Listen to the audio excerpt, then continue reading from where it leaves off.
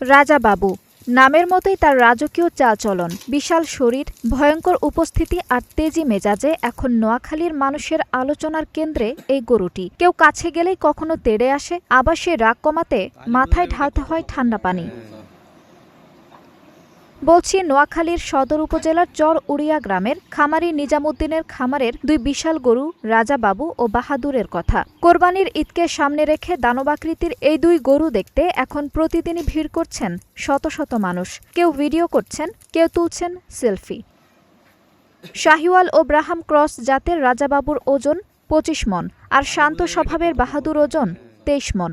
৩ বছর ধরে দেশীয় খাবার আর বিশেষ যত্নে বড় করা হয়েছে তাদের। ১০০০ কেজির বেশি ওজনের রাজাবাবুকে সামলাতে রীতিমতো হিমশিম খেতে হয় খামারিকে। খামারি নিজামুদ্দিন বলছেন, লাভের চেয়ে ভালোবাসা থেকেই তিনি গরু লালন পালন করেন। তবে গোখাদ্যের দাম বেড়ে যাওয়ায় খরচ অনেক বেড়েছে। রাজাবাবুর দাম ধরা হয়েছে ১৩ লাখ টাকা আর বাহাদুরের ১১ লাখ, অর্থাৎ জোড়া গরুর দাম হাঁকানো হচ্ছে ২৪ লাখ টাকা। প্রাণী সম্পদ বিভাগের দাবি, রাজাবাবুই এখন পর্যন্ত নোয়াখালীর সবচেয়ে বড় গরু। আর ঈদের আগেই এই রাজকীয় জুটিকে ঘিরে জমে উঠেছে দর কষাকষি।